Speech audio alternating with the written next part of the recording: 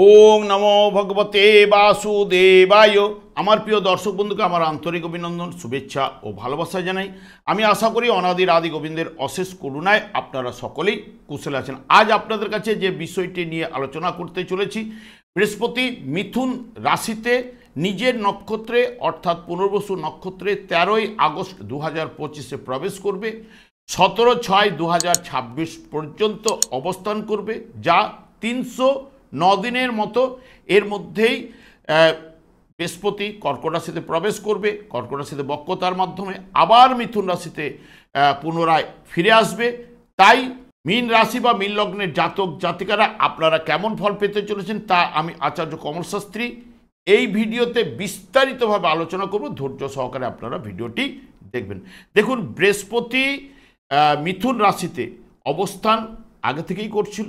এটি বায়ু রাশি এবং দ্ব্যর্থক রাশি। যখন নিজের নক্ষত্রে প্রবেশ করবে, বুধের সঙ্গে বৃহস্পতির সংযোগ, যা রাশিচক্রের এটি তৃতীয় ভাব, যেটি লেখালেখির ব্যাপারে সফলতা অতি অবশ্যই আনবে। গবেষণামূলক কাজকর্ম যারা করছেন তাদের মানসিকতা দক্ষতা বাড়াবে। আইন বা প্রশাসনের কাজকর্মে মানসিকতা ও জাতকের মধ্যে প্রতিভার বিকাশ কিন্তু ঘটবে। জাতক জাগতিক সুখ সমৃদ্ধি প্রভূত সম্মান এই জায়গায় কিন্তু পেয়ে থাকে। এবং বৃহস্পতি যখন কর্কট রাশিতে প্রবেশ করবে, কর্কট রাশিটি জলরাশি এবং চর রাশি, এবং এর অধিপতি গ্রহ চন্দ্র, বৃহস্পতির সঙ্গে চন্দ্রের শুভ সম্পর্ক। তাই স্নেহ মায়া মমতা শ্রদ্ধা এবং থাকবেই। ধার্মিক এবং সৎ নিষ্ঠাবান প্রকৃতির হবেন। জাতকের মধ্যে গতিশীলতা ভেতরে ভেতরে অতি অবশ্যই থাকবে, যেহেতু এটি জলরাশি, যেহেতু রাশিচক্রের এটি চতুর্থতম রাশি, সেই কারণে ঘরোয়া পরিবেশ, পড়াশোনা বিচারও এই জায়গা থেকে করা হয়ে থাকে। তাই জাতক জাতিকা দেখবেন মঙ্গল, সকলের মঙ্গল কামনা এই জায়গায় করবে। এবং শুভ নক্ষত্রে থাকায় পড়াশোনার প্রতি আগ্রহ দক্ষতা কিন্তু বাড়িয়ে নিয়ে যাবে। এবং বিশেষ করে যারা শিক্ষকতার কাজকর্মের সঙ্গে যুক্ত রয়েছেন তাদের কিন্তু ভালো এবং সুফল ফল লাভ করবেন। এবং অপরকে সাহায্য করা এবং সন্তানের ভাগ্য এই জায়গায় কিন্তু ভালো কিন্তু করায়। বর্তমানে মীন রাশি বা মীন লগ্নের জাতক জাতিকাদের চতুর্থভাবে কেন্দ্রভাবে বৃহস্পতি অবস্থান করছিল, এবং এখানে 13ই আগস্ট থেকে বৃহস্পতি নিজের নক্ষত্রে প্রবেশ করবে। 17ই অক্টোবর পর্যন্ত এই জায়গায় অবস্থান করার পরে তারপরেই প্রবেশ করবে আপনার কর্কট রাশিতে। কিন্তু কর্কট রাশি থেকে আবার পুনরায় এই জায়গায় ফিরে আসবে 7/12 থেকে 1/6 পর্যন্ত 2026-এর জুনের 1 তারিখ পর্যন্ত অবস্থান করতে চলেছে। তাই বৃহস্পতি এখানে চতুর্থভাবে অবস্থান করলো। আপনাদের ক্ষেত্রে দশমপতি এবং আপনাদের রাশি বা লগ্নপতি এবং অষ্টম ভাবের উপরে দৃষ্টি থাকছে, এবং দশম ভাবের উপরে দৃষ্টি থাকছে, এবং দ্বাদশ ভাবের উপরে দৃষ্টি থাকছে। তাই বৃহস্পতি জন্মকালীন যদি মীন রাশি বা মীন লগ্নের জাতক জাতিকাদের ক্ষেত্রে দুর্বল বা পীড়িত না হলে, জাতকের এই চতুর্থভাবে কেন্দ্রভাগে অবস্থান করার জন্য সৌভাগ্যবান হয়, এবং মাতার প্রিয় সব থেকে বিশেষ করে হয়, এবং সংসারী করায়, এবং আত্মীয়গণের সঙ্গে প্রিয় হবেন, এবং বালকগণের সব থেকে প্রিয় আপনারা কিন্তু বন্ধু হতে পারেন, এবং আধ্যাত্মিক দিক দিয়ে আপনাদের ঝোঁক থাকবে।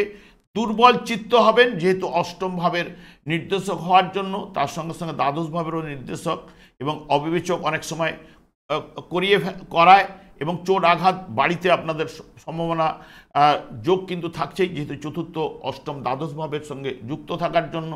এবং পিতার সঙ্গে মনোমালিন্য বা পিতার স্বাস্থ্য বিষয়ে কোনো চিন্তা এগুলো কিন্তু ঘটতে পারে। গবেষণামূলক কাজকর্মের সফলতা কিন্তু অতি অবশ্যই নিয়ে আসবে যারা গবেষণামূলক কাজকর্মের সঙ্গে যুক্ত রয়েছেন, বা হিতকর কাজকর্মে ব্যয় এইটা কিন্তু ঘটাবে। যদি জন্মকালীন এই গ্রহটি দুর্বল এবং পীড়িত থাকলে, মানে অর্থাৎ বৃহস্পতি আপনাদের রাশিপতি গ্রহ দুর্বল পীড়িত থাকলে, এই মিথুন রাশিতেই দেখবেন নিরানন্দ ভাব, মানসিক অশান্তি, কলহ বিবাদে জড়িয়ে যাওয়া, ঋণ করিয়ে দেওয়া, এবং হতাশা, নৈরাশ্য, কাজকর্মে বাধা বিঘ্ন, এবং আপনারা যা আশা করবেন আশা পূরণ না হওয়া, আর্থিক ব্যয়, এগুলো কিন্তু যদি জন্মকালীন গ্রহটি পীড়িত দুর্বল থাকলে এগুলো কিন্তু নিয়ে আসবে।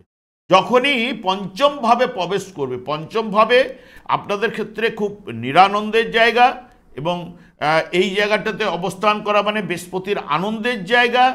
তারপরে এখানে পঞ্চমভাবে অবস্থান করলো আপনাদের ঠিক দশমপতি এবং রাশিভাবের উপরে রাশিপতি আপনাদের বৃহস্পতি এখানে তুঙ্গ অবস্থায় 1-5-9-এর কানেক্টেড হওয়া, এটাও কিন্তু এখানে দেবে।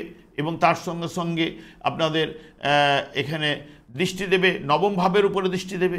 এবং তার সঙ্গে সঙ্গে একাদশভাবে লাভস্থানে এবং রাশিভাবের উপরে দৃষ্টি, যেটা আপনাদের ক্ষেত্রে যখনই কিন্তু যত মীন রাশি বা মীন লগ্নের জাতক জাতিকাদের যতই অসুবিধার মধ্যে থাকুক না কেন, যদি বৃহস্পতি আপনাদের জন্মকালীন শুভ এবং পীড়িত যদি দুর্বল না হয়, তাহলে কিন্তু এই 18ই অক্টোবর থেকে 6-12 পর্যন্ত শুভ সময় কিন্তু আপনারা পাবেন।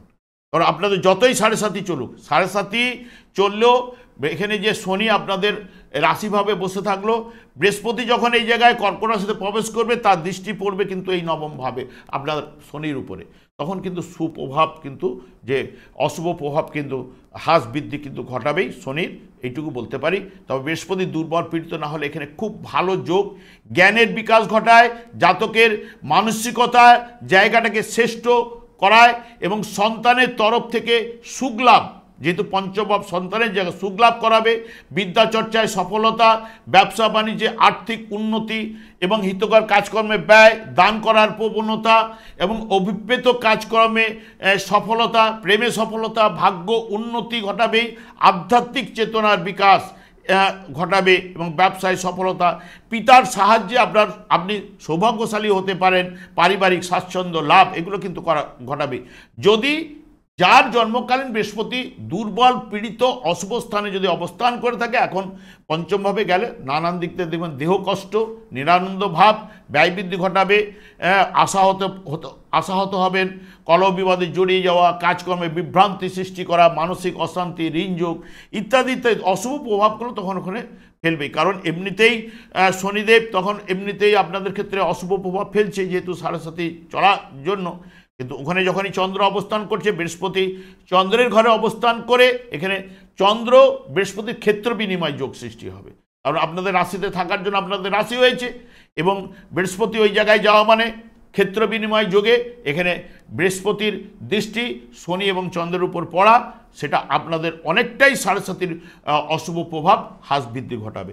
তাছাড়া আপনারা যদি মনে করেন এই 15ই আগস্ট শ্রীকৃষ্ণের জন্মাষ্টমী তিথি, এই জন্মাষ্টমী তিথি 15ই আগস্ট রাত্রি 12টার পর, অর্থাৎ 16 তারিখ পড়ে যাচ্ছে, 12টা 4 থেকে 12টা 47 পর্যন্ত বিভিন্ন মিডিয়াতেই দেখতে পাবেন যে অভিষেক করা হচ্ছে যে শ্রীকৃষ্ণের, সেই অভিষেক দর্শন লাভ করুন। এই অভিষেক দর্শন লাভেও কিন্তু অনেক সুফল বার্তা কিন্তু আপনার জীবনেও কিন্তু ঘটতে পারে। সেই কারণে বলা, যদি মনে করেন আপনার যদি কৃষ্ণের প্রতি ভক্তি থাকে, কৃষ্ণের নাম জপ যারা করে তারা তো অতি অবশ্যই এই দর্শন লাভ বা দেখে থাকে।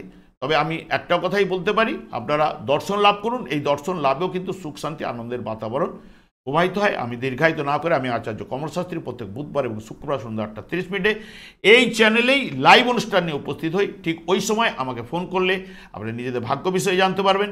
তাছাড়া বিভিন্ন ধরনের ভিডিও আপলোড করে থেকে সেগুলি পাওয়ার জন্য আমার চ্যানেলকে সাবস্ক্রাইব করে বেল আইকনে ক্লিক করে রাখুন।